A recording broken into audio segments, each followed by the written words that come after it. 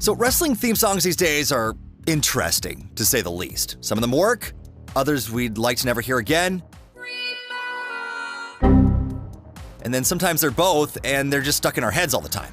But there's also ones that are either sang by celebrities or already established hit songs that WWE licensed. But before we start, make sure to smash that like button, give it the elbow drop, and leave a comment letting us know which one is your favorite wrestling theme song. The body's hit the... And we are back live here on Raw.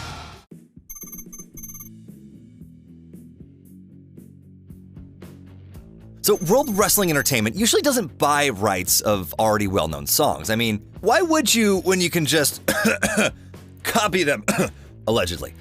By the way, we already made a video about that, so you can click here to watch it. Ronda Rousey, being one of the most iconic MMA fighters turned professional wrestler, is obviously an exception to this rule. We're of course referring to Joan Jett's hit song Bad Reputation, which Rousey used as her walkout song first in the UFC, and then later in WWE. And if you remember that song when it was on the radio, man, it's gonna make you feel old. It was released back in 1981, believe it or not. And in 2009, it was named the 29th best hard rock song by VH1. And I also want to point out that I totally did not hear it for the first time in the Shrek movie and then totally did not yell, OMG, it's that Shrek song! Ah! When I first heard Ronda Rousey using it. Come on!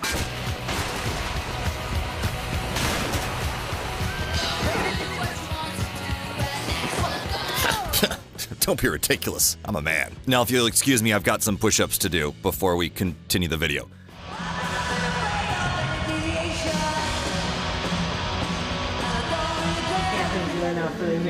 Well, I appreciate, it goes around, It's like you using that song makes me know that I was on the right path.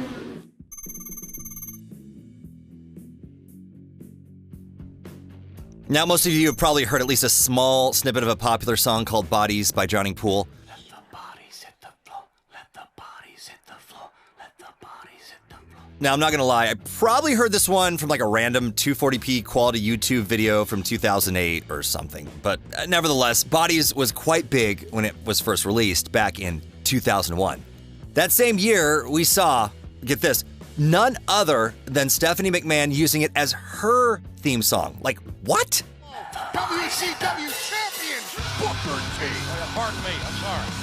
I forgive you. The intense metal song was nowhere near Stephanie's style. But weirdly enough, can I say this? I think it worked somehow.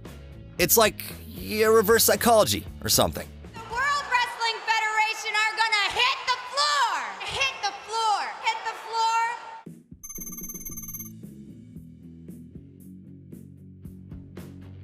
So the last thing I thought would be possible is for anyone to put Nicki Minaj and professional wrestling in the same sentence. Case in point, here's Nicki Minaj doing her thing, and then here's professional wrestling. Yeah, completely independent of each other, but did you know that they actually have intertwined?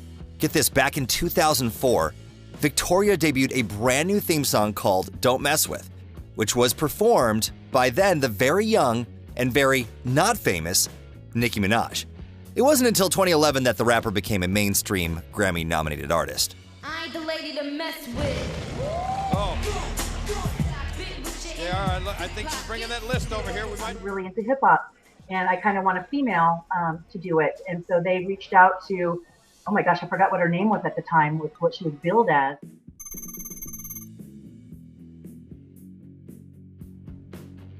So you know WWE wrestler Sasha Banks, and you probably also know that she's the cousin of the man, the legend, D-O-double-G, a.k.a. Snoopzilla, a.k.a. Snoop Doggy Dogg, now Phase Snoop. I can't keep up with these. Her cousin Snoop Dogg.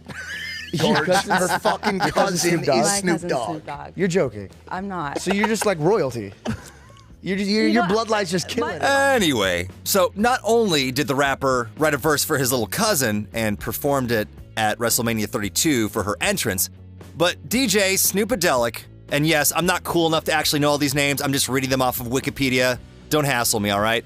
He also recorded the aforementioned verse in the studio, which ended up becoming Sasha's official theme song. Favorite stars, favorite superstar, boss time has arrived on... A whole new me, a better me, actually. So why not brand new music from my cousin, Snoop Dogg?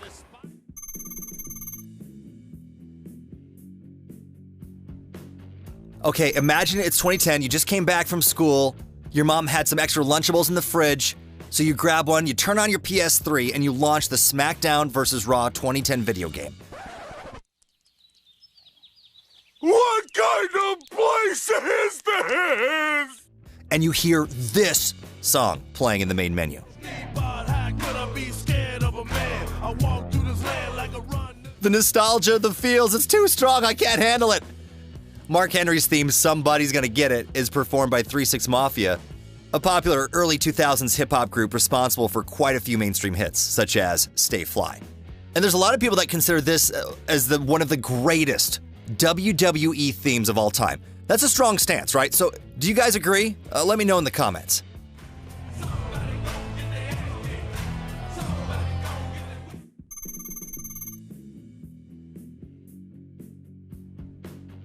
Hey, speaking of hip-hop, we cannot simply skip over the theme song of a 7-time women's champion, Trish Stratus.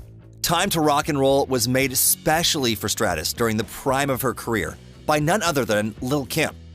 Now, we already mentioned that Nicki Minaj was featured on Victoria's theme, so this means that the beef between the two rappers was, I think, foreshadowed every time the wrestlers faced each other. Kinda crazy. And if WWE is not planning some sort of Nicki Minaj, Lil' Kim SmackDown, they are totally missing out. You can literally close your eyes, and just the minute you hear that first note, you know who's coming out.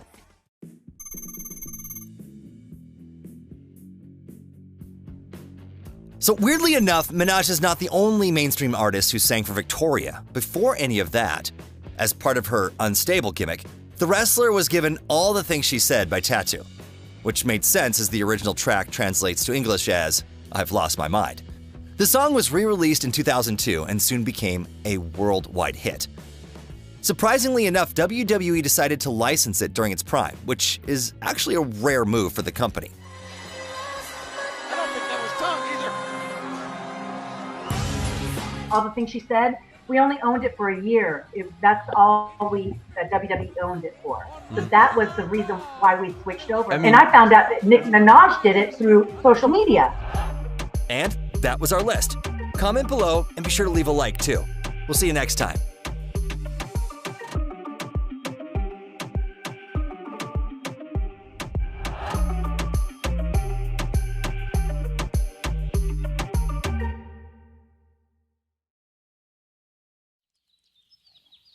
What kind of place is this?